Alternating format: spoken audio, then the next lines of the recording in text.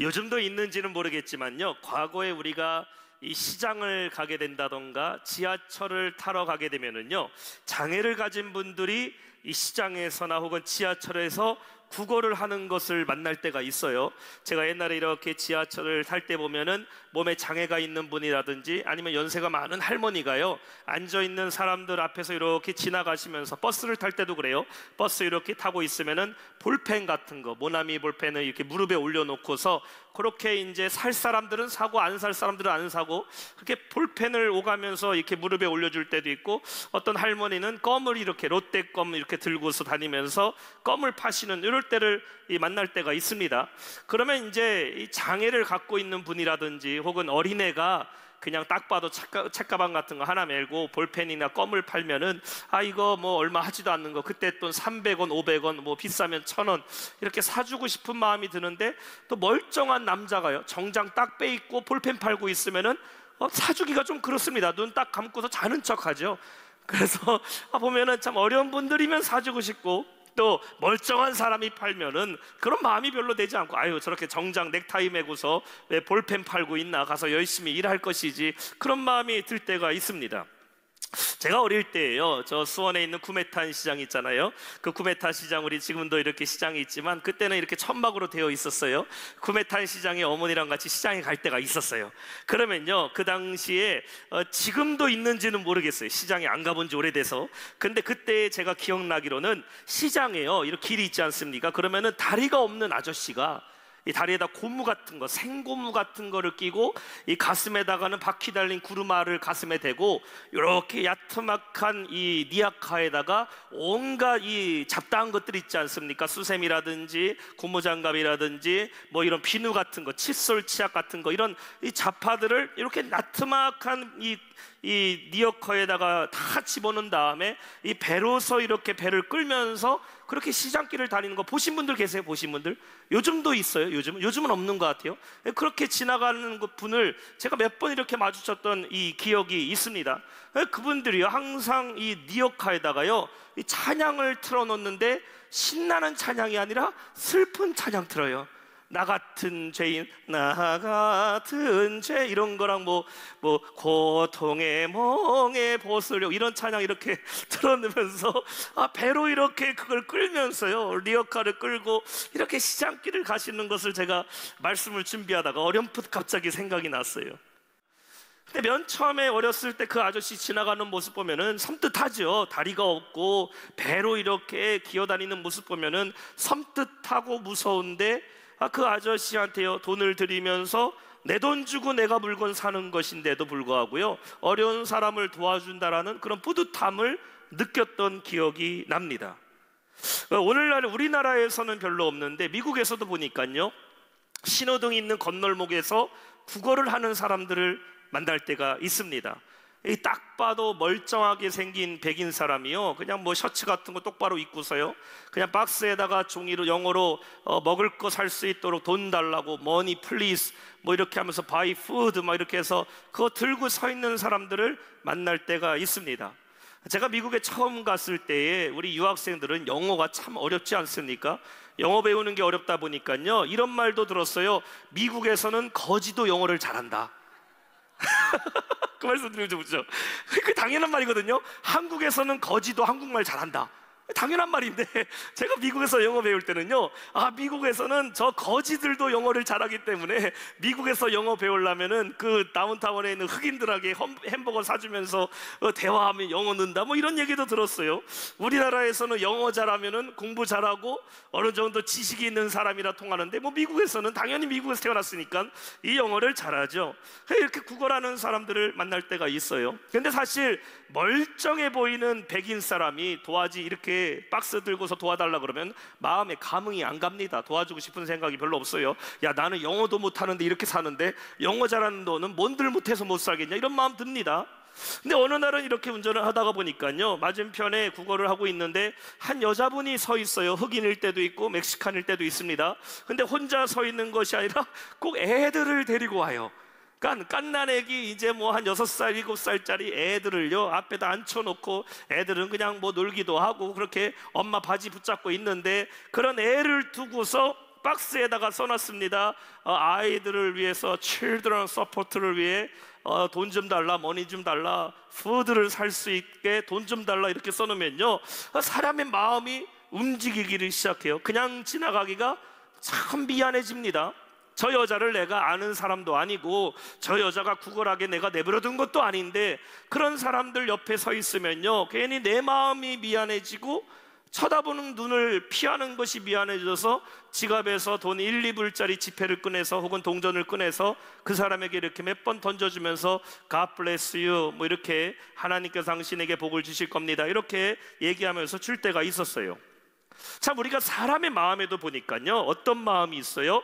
우리가요, 불쌍한 사람, 어려운 사람, 힘든 사람을 보게 되면은 우리 안에 동정하는 마음이 생기게 된다는 것이죠.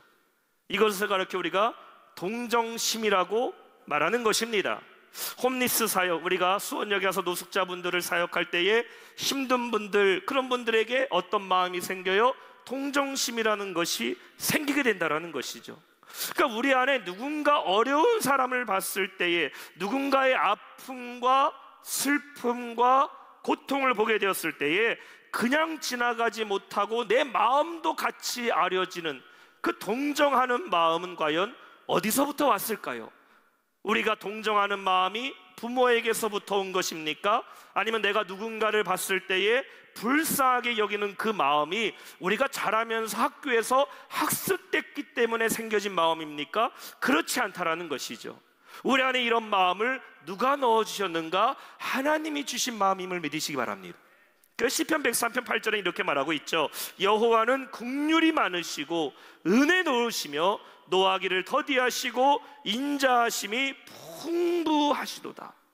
하나님이 어떤 하나님이에요? 하나님은 긍휼이 많은 하나님. 따라합시다. 긍휼이 많은 하나님. 긍휼이 많은 하나님이시라는 것은 무슨 말이에요? 하나님께서는 우리의 연약함을 아시고, 연약한 자, 나약한 자, 불쌍한 자, 이러한 자들을 하나님은 동정하시고 공감하시고 외면치 아니하시는 하나님이시라는 것이에요. 히브리서 4장 15절에 말씀하고 있어요. 한번 읽어볼까요? 같이 시작. 우리에게 있는 대제사장은 우리의 연약함을 동정하지 못하실 리가 아니오 모든 일에 우리와 똑같이 시험을 받으시노되 죄는 없으시리로다. 아멘. 예수님은 어떤 분이세요? 예수님은 우리의 연약함을 동정하시는 분이시다. 그래서 예수님이 우리를 위해서, 우리가 불쌍하기 때문에 우리를 위해 대신 고난을 당하시고 십자가에 달려 돌아가셨어요. 우리를 위해 십자가를 지신 우리의 대제사장이 되셨다라는 것이에요. 그러니까 하나님의 시선을 멈추게 하는 사람이 누구인가?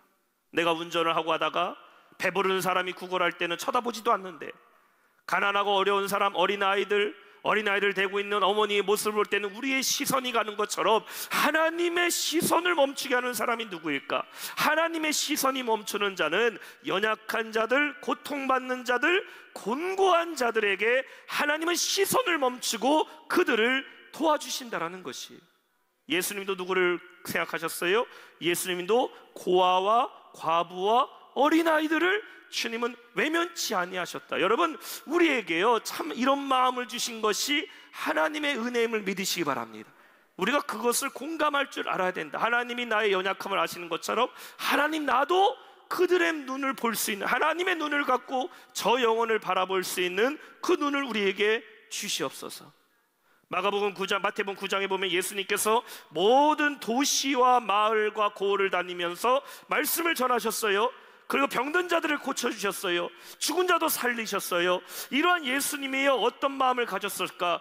마태복음 9장 36절에 이렇게 말하고 있어요. 무리를 보시고 불쌍히 여기시니, 누가 불쌍히? 예수님이 그들을 불쌍히 여기시니 이는 그들이 목자 없는 양과 같이 고생하며 기진함이었더라.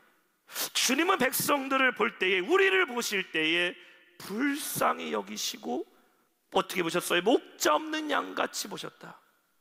예수님의 교만한 바리새인과 잘난 척하는 서기관들을 보실 때는 가증히 여기셨지만 주님은 연약한 자들, 곤고한 자들, 혼자 스스로 일어설 수 없고 혼자 스스로 구원받지 못하는 자들을 볼 때에는 불쌍히 여기셨다라는 것이죠.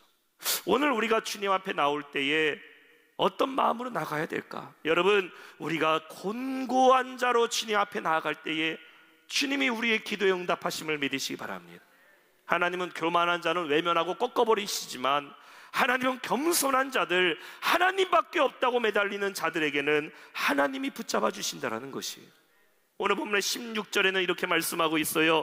자기 가운데서 이방신들을 제하여 버리고 여호와를 섬김에 여호와께서 이스라엘의 곤고로 말미암아 마음에 근심하시니라. 하나님께서 이스라엘의 공고함, 이스라엘 백성의 공고함을 보시고 그 마음에 어떻게 하셨다고요? 근심하셨다고 말씀하고 있어요. 우리가 오늘도 곤고함을 갖고 하나님 앞에 간절함으로 나아갈 때에 하나님 우리의 기도에 들어주실 줄로 믿습니다. 우리 지난 시간까지 이제 이 사사 돌라와 야일에 대해서 말씀을 나눴어요. 자, 이제 이 야일의 시대가 끝나고 이스라엘의 내부적 갈등의 문제는 이제 어느 정도 해결이 됐습니다. 근데 이렇게 이스라엘의 평온기가 찾아오게 되었을 때에 자, 이스라엘은 또다시 우상을 믿는, 우상을 섬기는, 우상을 숭배하는 죄를 저지르게 됩니다. 오늘 6절에는 이렇게 말씀하고 있어요. 이스라엘 자손이 다시 여호와의 목전에 악을 행하여. 자, 이 사사기에서 계속돼서 등장되는 말 아닙니까? 이스라엘 자손이요, 그렇게 어려운 시기를 사사를 통해 구원을 받았으면은 그 현 상태를 유지해야 되는데 계속돼서 이 사사기의 사이클이지요. 이스라엘 백성이 하나님 앞에서 다시 죄를 행하게 됐다라는 것이에요. 어떤 죄를 행했습니까? 이어서 6절에 계속 말씀을 볼까요? 바알들과 아스다롯과 아람의 신들과 시돈의 신들, 모압의 신들과 암몬의 자손의 신들과 블레셋 사람들의 신들을 섬기고 여호와를 버리고 그를 섬기지 아니하므로. 자, 우상을 숭배하게 되는데 항상 빠지지 않고 등장했던 아주 이스라엘에게 지긋지긋하게 붙어있는 우상이죠. 바알을 다시 숭배합니다. 아스다롯을 숭배하고 돼요. 이 바알과 아스다롯은 어디의 우상들이냐면은 저 가나안 땅에 있었던 우상들이에요.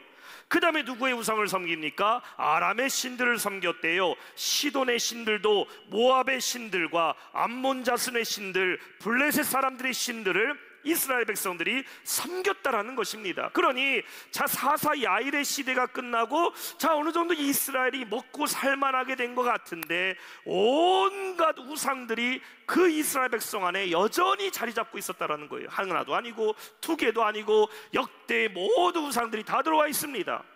근데 가만히 생각해 보세요.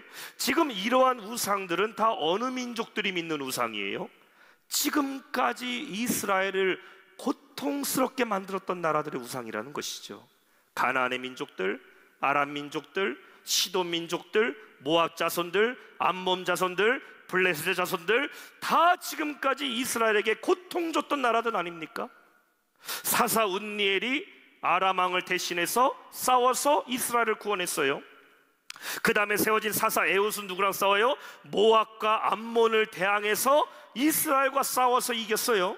사사 삼갈이 소모는 막대기로 블레셋을 대항해서 이스라엘을 구원했습니다. 우리 지난 시간에 살펴본 사사 드보라는 가나안 왕 야빈을 대항해서 이스라엘과 싸워서 이겼어요. 참 아이러니한 게 무엇이냐면은 이스라엘에게 그렇게 고통을 주었던 나라들, 이스라엘을 지긋지긋하게 괴롭혔던 그 나라들에게서부터 이스라엘은 구원하긴 했는데 그 나라에서 믿던 우상들은 여전히 이스라엘 백성들이 다 품고 있었다는 것이에요. 우리가 생각할 때에 그렇게 우리를 고통을 주고 그렇게 나를 힘들게 했다면은 세상 말로 내가 거기는 쳐다보지도 않고 내가 거기 보면 침도 안 뱉는다고 말하는데요, 이스라엘 백성들은 그렇게 힘들게 했던 나라들로부터 자신들이 구원받았는데 그 힘들었던 나라의 모든 우상들은 여전히 이스라엘 백성들이 품고 섬기고 있었다는 겁니다. 우상이 단지 눈에 보이는 형상만을 말하는 게 아니죠. 그 이방 나라의 문화와 그 이방 나라 우상을 믿었으면 거기에 가치관들과 또 그것들을 태하는 이 모든 민족의 태도들이 여전히 이스라엘 백성 안에 남겨져 있었다는 것이에요. 하나님의 통치를 받아야 된다. 그래요. 그래야 우리가 변화되는 것이죠. 결국 하나님은 버려버리고 우상을 숭배했던 이스라엘에게 오늘 이제 하나님의 진노가 임하기 시작합니다. 그게 7절과 8절 말씀입니다. 여호와께서 이스라엘에게 진노하사 블레셋 사람들과 손과 암몬 자손의 손이 그들을 파심해 그 해에 그들이 요단강 저편 길르앗에 있는 아모리 족속의 땅에 있는 모든 이스라엘 자손을 쳤으며 18해 동안 억압하였더라. 이스라엘이 몇 년 동안 블레셋과 아몬 자손의 이제 지배를 받게 되어 18년 동안 이스라엘은 그들에게 성경에 보니까 팔렸다라고 말하고 있어. 팔렸다. 왜 우리가 영적으로 이겨야 되는지, 왜 우리가 우상 숭배에서 벗어나야 되는지 말씀하고 있죠. 하나님을 경외하지 않고 하나님을 사랑하지 않으면은, 그리고 세상을 사랑하고 사람을 사랑하고 우상을 사랑하게 되면 결국 그것들에게 우리가 넘어가 버리게 된다라는 것이죠. 사람이 물질보다 하나님을 더 사랑하지 않으면은 물질의 지배받는 것이고, 사람이 쾌락보다 하나님을 더 사랑하지 않는다, 쾌락의 지배를 받아버려요. 사람이 세상보다 하나님을 더 사랑하지 않는다, 결국 세상의 지배를 받게 된다는 것이에요. 시작은 보이지 않는 것에서부터 시작됩니다. 이스라엘 백성들이 우상을 숭배하는 게 눈에 보이진 않아요. 그러나 결말은 어떻게 돼요? 실제로 보이는 블레셋과 암몬에게 지배를 받게 되는 결말로 보여지게 된다는 것이에요. 오늘 이것을 7절에는 하나님이 이스라엘 백성을 어떻게 하셨다고 말하고 있어요? 7절 후반절에 보면은 그들을 파시메라고 말하고 있어요. 그들을 파시메. 영어 성경에 보니까 He sold them into their hands. 하나님이 이스라엘 백성들을요, 저 블레셋 사람들에게 sold, 팔아버리셨다라는 겁니다. 하나님이 파셨다라고 말하니까 마치 하나님이 이제 이스라엘 백성들을 버렸다라고 생각할 수 있어요.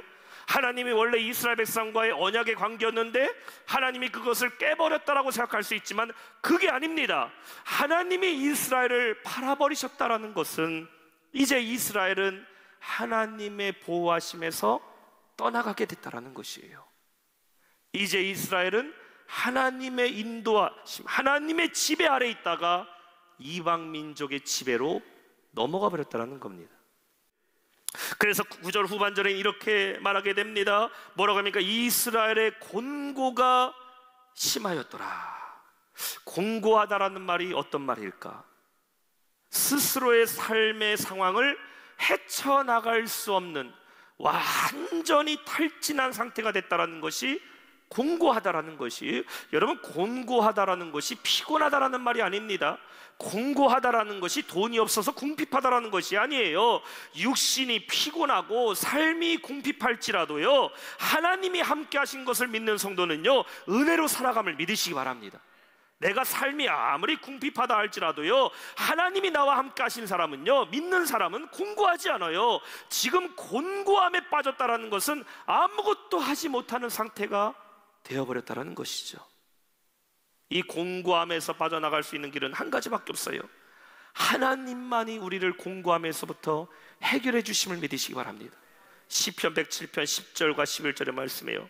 사람이 흑암과 사망의 그늘에 앉으며 곤고와 쇠사슬의 매임은 하나님의 말씀을 거역하며 지존자의 뜻을 멸시함이라. 곤고함이 왜 찾아온다고요? 하나님의 말씀을 거역하고 하나님의 뜻을 멸시한 데에 곤고함이 찾아오게 된다. 곤고함이 빠지게 되면 기도도 못해요. 곤고함에 빠지게 되면 인생의 소망도 사라져버려요. 곤고함에 빠졌을 때는 기쁨도 사라져버려요. 시험에 빠져버려요. 하나님도 보이지가 않아요. 여러분, 영적 곤고함에서 우리가 해결될 수 있는 방법 하나밖에 없어요. 하나님만이 여러분의 곤고함을 해결해 주심을 믿으시기 바랍니다. 내가 지금 영적 곤고함이 있다. 하나님, 어디를 봐도 내 힘으로 할 수 있는 게 없고 요즘은 낙심 가운데 절망 가운데 있을 때에 하나밖에 없어요. 하나님 의지하면 하나님 우리를 다시 살려주심을 믿으시기 바랍니다. 그래서 곤고할 때 더 기도해야 되는 거예요. 곤고할 때 하나님께 더 부르짖는 거예요. 곤고할 때 하나님 더 매달리는 겁니다. 시편 42편 11절에 다윗이 고백하고 있어요. 한 목소리 읽어볼까요? 시작. 내 영혼아, 내가 어찌하여 낙심하며 어찌하여 내 속에서 불안해하는고. 내 하나님을 여전히 찬송하리로다. 여러분, 곤고함에 빠졌을 때 누구만 바라보세요? 하나님만 바라보는 성도 되시길 주님의 이름으로 축원합니다. 그래서 이제 10절에 보면은 이스라엘 백성이 드디어 하나님을 찾는 거예요. 10절에 말합니다. 이스라엘 자손이 여호와께 부르짖어 이르되 우리가 우리 하나님을 버리고 바알들을 섬김으로 주께 범죄하였나 하니. 자, 공고하게 되니까 하나님의 은혜를 찾기 시작합니다. 공고하게 되니까 하나님의 보호하심이 있었던 날들이 얼마나 복이었다라는 것을 깨닫게 됩니다. 사람이 누릴 때에는요 알지를 못해요. 근데 내 삶에 궁핍이 찾아오게 되고 곤고가 찾아오게 되면은 오늘 나에게 주신 하나님의 은혜가 얼마나 큰지를 깨닫게 된다는 것이에요. 그래서 여러분, 나에게 공고함이 찾아오는 것도 우리에게 뭐예요? 깨닫게 하시는 하나님의 은혜임을 믿으시기 바랍니다. 곤고하지 않으면 하나님을 찾지 않아요. 너희가 왜 고난 빠질 때만 나를 찾냐? 너희의 신들 찾아가라. 이 말은 하나님은 날마다 너희가 나를 찾기를 원한다는 것이에요. 수시로 하나님을 찾는 성도 되시기를 주님의 이름으로 축원합니다. 그래야 하나님이 우리를 수시로 도와주시죠. 15절에 이제야 이스라엘 백성 중에 깨어있는 자들이 다시 한번 하나님께 간절히 구해요. 이스라엘 자손이 여호와께 여쭈되 우리가 범죄하였사오니 주께서 보시기 좋은 대로 우리에게 행하시려니와 그러나 오직 주께 구하옵나니 오늘 우리를 건져내옵소서 하고, 깨어있는 이스라엘 백성들이 자신의 죄를 회개하기 시작해요. 그리고 그 죄에 대한 대가를 치를 결심을 하게 됩니다. 자신의 죄를 인정하지 않는 자는 용서받을 준비가 되어 있지 않는 거예요. 그런데 내가 무엇을 잘못을 했는지 스스로 인정하는 자가 하나님께 용서를 구할 수 있는 거죠. 이스라엘 백성이 고백합니다. 하나님, 생각해보니 우리가 죄를 많이 졌어요. 하나님 마음을 어기고 하나님 숭배하지 못하고 우상 숭배했던 그 죄값 우리가 달게 받겠사오니 그러나 주님 오직 주께 구하옵나니 오늘 우리를 건져내 주옵소서. 한번 따라 볼까요? 오직 주께 구하옵나니.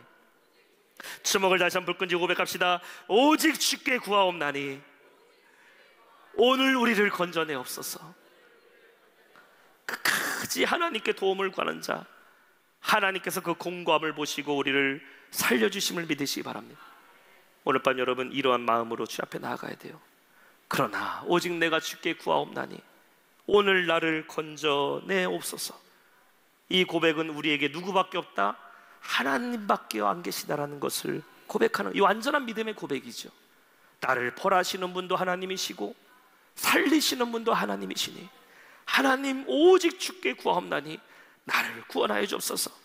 곤고함을 보시는 하나님께서 우리의 기도에 응답해 주실 줄로 믿습니다. 오늘 말씀 맺겠습니다. 이렇게 이스라엘 백성이 하나님께 고백을 하게 되는데 오늘 16절에 이렇게 말씀하고 계셔요. 자기 가운데서 이방 신들을 제하여 버리고 여호와를 섬김에 여호와께서 이스라엘의 공고로 말미암아 마음에 근심하시니라. 그들 안에 자리 잡아버린 이방 신들을 제해버렸어요. 가장 먼저 눈에 보이는 우상들을 태워버렸겠죠.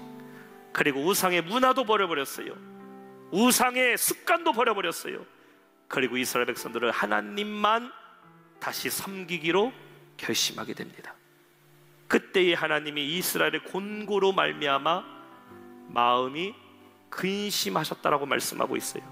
하나님이 근심하신다라는 것은 하나님이 그들을 생각하시기 시작했다라는 거예요.